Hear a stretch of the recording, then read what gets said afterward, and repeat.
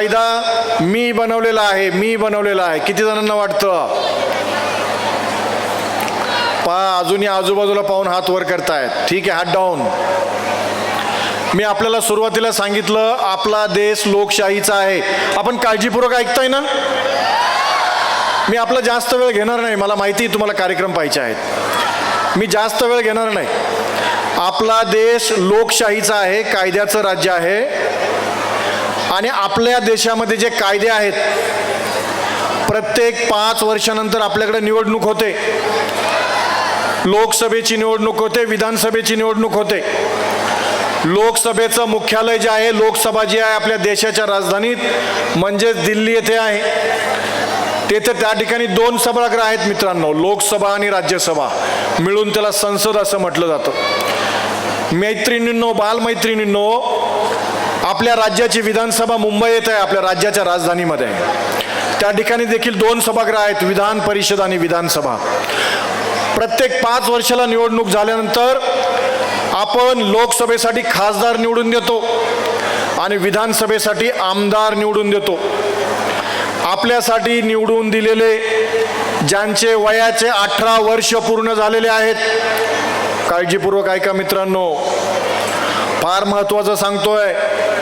यापूर्वी आपल्याला कोणीही सांगितलं नसेल, यानंतरही कोणी सांगणार नाही माझ्याशिवाय. मी तुम्हाला गॅरंटीने सांगतो, 5 वर्षानंतर आपण निवडून दिलेला खासदार साहेब आणि आमदार साहेब आपल्यासाठी दिल्ली आणि मुंबई येथे जाऊन कायदे बनवतात. संसद कायदा बनवते. मी आपल्याला सांगितलं, संसदेमध्ये लोकसभा आणि राज्यसभा 2 सभागृह आहेत. देशासाठी संसद कायदा बनवते आणि राज्यासाठी विधिमंडळ कायदा बनवते, जे आपलं मुंबईला आहे, राज्याच्या राजधानीमध्ये. आपण दिलेले निवडून खासदार साहेब आणि आमदार साहेब आपल्यासाठी जर जाऊन कायदा बनवत असतील, 5 वर्षाकरता आपण त्यांना निवडून देतो आणि जाऊन आपल्यासाठी कायदा बनवतात, आपले प्रतिनिधी म्हणून जातात. आपण त्यांना निवडून देताना सांगतो, तुम्ही माझा प्रतिनिधी 5 वर्षाकरता, हे तुमच्यासाठी मत माझं मी बटन दाबतोय. आणि तिथं जाऊन ते कायदा बनवतात. जर प्रत्येक 5 वर्षानं आपण बटन दाबून जर आपला प्रतिनिधी पाठवत असेल आणि जाऊन जर ते आपल्यासाठी कायदा बनवत असतील, तर कायदा कोण बनवतं? आपण बनवतो. कोण बनवतं? म्हणून आजपासून आपण लक्षात ठेवायचं आहे, या देशातील कायदे मी बनवलेले आहेत. मी बनवलेल्या कायद्याचं मीच पालन करायचं आहे. कायद्याच्या अंमलबजावणीची जबाबदारी फक्त पोलिसांवरती आहे, परंतु तो कायदा मी स्वतः बनवलेला आहे. म्हणून आजपासून लक्षात ठेवायचं आहे, यापूर्वी मतदान केले आपल्या आईनं, वडिलांनी, आजोबानं, आजीनं, मामानं, मामीनं, मोठ्या भावानं, मोठ्या बहिणीनं मतदान करून माझ्यासाठी प्रतिनिधी पाठवले होते आणि त्यांनी माझ्यासाठी कायदा बनवलेला आहे. मित्रांनो, आपल्याला माहिती आहे की जग हे डिजिटल बनलेलं आहे. आपला देश डिजिटल बनलेला आहे. आपला राज्य डिजिटल आहे. आपला जिल्हा डिजिटल आहे. आपला तालुका डिजिटल आहे. आपलं गाव डिजिटल आहे. आपलं घर डिजिटल आहे. आपल्या प्रत्येकाच्या घरामध्ये किमान एक मोबाईल फोन असतो. आज जगाच्या कानाकोपऱ्यामध्ये अशी एकही जागा उरलेली नाही की त्या ठिकाणी आपल्याला इंटरनेट मिळत नाही. आणि मग या इंटरनेटच्या माध्यमातून आपल्या मोबाईल फोनवर आपण संदेशाची देवाणघेवाण करणारी applications, Facebook, Twitter, Instagram, Snapchat हे आपण आपल्या मोबाईलवर इन्स्टॉल करतो आणि आपण मॅसेजची देवाणघेवाण करतो. बालमित्रांनो, बालमैत्रिणींनो, मी आपल्याला सांगू इच्छितो की ही ॲप्लिकेशन्स विद्यार्थी दशेमध्ये म्हणजे या वयामध्ये आपल्याला याची आवश्यकता नाही. आपल्यासाठी आपलं करिअर महत्त्वाचं आहे. म्हणून ही ॲप्लिकेशन्स आपण आत्ता लगेच वापरायची नाहीत. ही ॲप्लिकेशन्स वापरताना आपल्याला छानसा DP असलेला, छानसा फोटो असलेल्या, एखादा मुलाचा फोटो असलेला, एखादा सुंदर मुलीचा फोटो असलेल्या सोशल मीडियाच्या अकाउंटवरून आपल्याला मॅसेज येईल, हॅलो किंवा हाय. कोणत्याही हॅलो हायला उत्तर द्यायचं. आपण जर त्या हॅलो हायला उत्तर दिलं तर आपण समजायचं आहे आपला एक उजवा पाय आपण त्याच्यामध्ये अडकवलेला आहे. आपल्यावरती मॅसेजच्या रूपातून जाळं टाकलेलं आहे आणि त्या जाळ्यामध्ये आपण अजिबात अडकायचं नाही. कोणत्याही अनोळखी नंबरवरून, कोणत्याही अनोळखी अकाउंटवरून मॅसेज आल्यानंतर कोणत्याही परिस्थितीमध्ये त्या ठिकाणी आपल्याला उत्तर द्यायचं नाही. मित्रांनो, आपलं वय जसजसं मोठं होतं तसतसं आपल्याला मित्र बनावं असं वाटतो.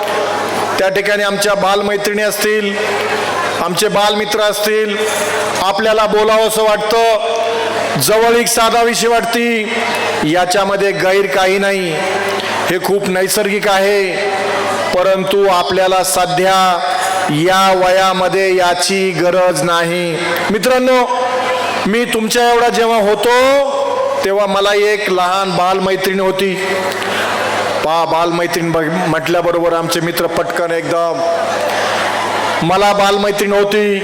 माझी बालमैत्रीण सांगू कोण होतं? माझी मोठी बहीण.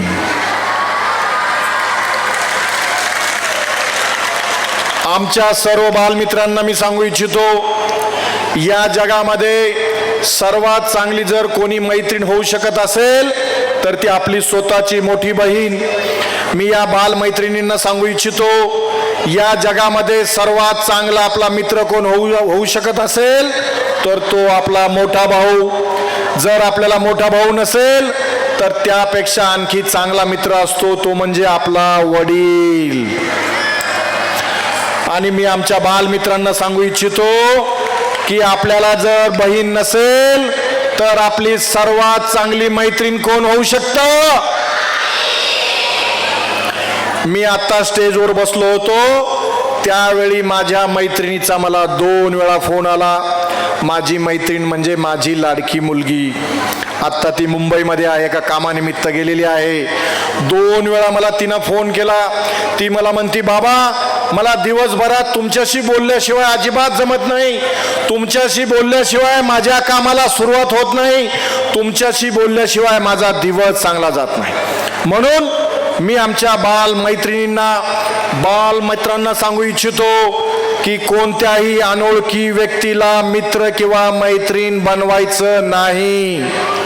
आणि या ठिकाणी आपल्या नेवासा पोलीस स्टेशनच्या पोलीस निरीक्षक साहेबांनी सांगितलं अनोळखी व्यक्तीला मित्र किंवा बालमैत्रीण बनवायचं नाही.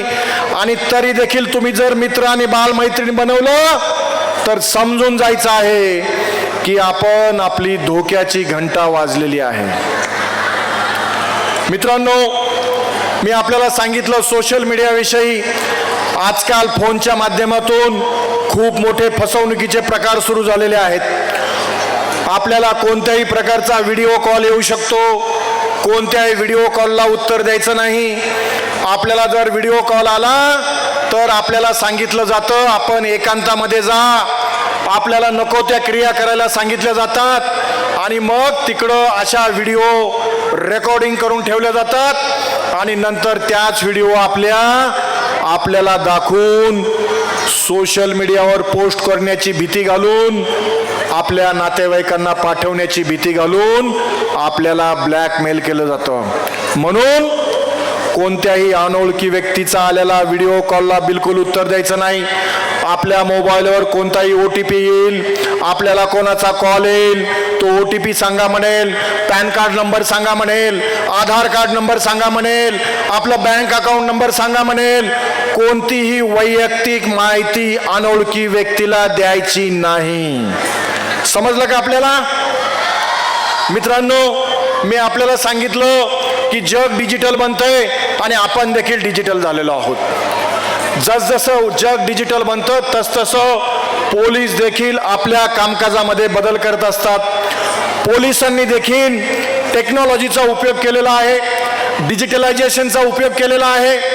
आणि म्हणून आपल्या देशाच्या पोलिसांनी, राज्याच्या पोलिसांनी, आपल्या जिल्ह्याच्या पोलिसांनी, आपल्या नेवासा पोलिसांनी आपल्यासाठी आधुनिक अशी संपर्क व्यवस्था सुरू केलेली आहे.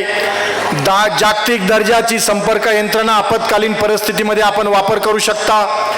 आपल्याला माहिती आहे की आपल्याला यापूर्वी जर बोलवायचं झालं तर आपण पोलिसांना डायल करून बोलत होता. तो नंबर होता 100-100. तो नंबर आता बदललेला आहे. आपल्यापैकी कोणाला माहिती आहे का बदललेला नंबर? Very good. नवीन नंबर आलेला आहे.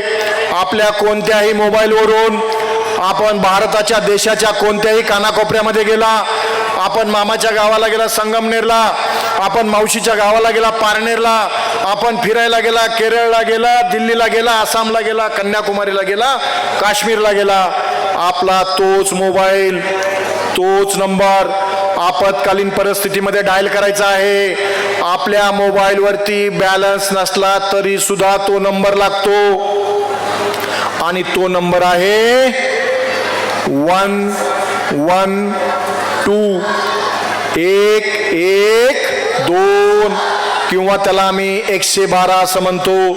आपण जेव्हा अडचणीत असाल, आपण काश्मीरला गेला, त्या ठिकाणी आपल्याला अडचण असेल, आपत्कालीन परिस्थिती असेल, आपल्या मोबाईलवरून आपण 112 डायल केला असता स्थानिक पोलिसांना कॉल जातो. आपण पारनेरला गेला मावशीच्या गावाला, त्या ठिकाणी आपण 112 कॉल केला, तो नंबर नेवासाला येत नाही, स्थानिक पोलिसांना म्हणजे पारनेर पोलीस स्टेशनला जातो. मित्रांनो, आपत्कालीन परिस्थिती कोणती असते? ज्या वेळेस एखादा अपघात होईल, चोर आलेले असतील, दरोडेखोर आलेले असतील, मारामारी झालेली असेल, दंगल झालेली असेल, एखाद्याचा जीव धोक्यामध्ये आलेला असेल, याला आपत्कालीन परिस्थिती म्हणतात. मित्रांनो, मी आपल्याला आणखी एक गोष्ट निश्चितपणे सांगतो, ती म्हणजे ही सेवा आपत्कालीन परिस्थितीमध्येच वापरायची आहेत. किरकोळ गोष्टीला आपण या नंबरला कॉल करायचा नाही, चुकीची माहिती द्यायची नाही. तरी देखील आपण जर कॉल केला, चुकीची माहिती दिली तर आपल्यावरती कारवाई होऊ शकते. मित्रांनो, आपल्या देशामध्ये मला माहिती आहे मध्ये मध्ये टाळ्या वाजतायत. मी नेहमी जातो शाळा कॉलेजवरती आणि मध्ये मध्ये टाळ्या वाजतात. त्या टाळ्यांचे 2 प्रकार असतात. पहिला प्रकार असतो की सर लवकर उरका, खूप उशीर झालाय, मागं तयारी झालेली आहे. आणि दुसरा प्रकार असतो की तुमचं बोलणं खरंच खूप आमच्या फायद्याचं आहे. मी असं समजतो की आपण दुसऱ्या गोष्टीसाठी टाळ्या वाजवत आहात. मित्रांनो,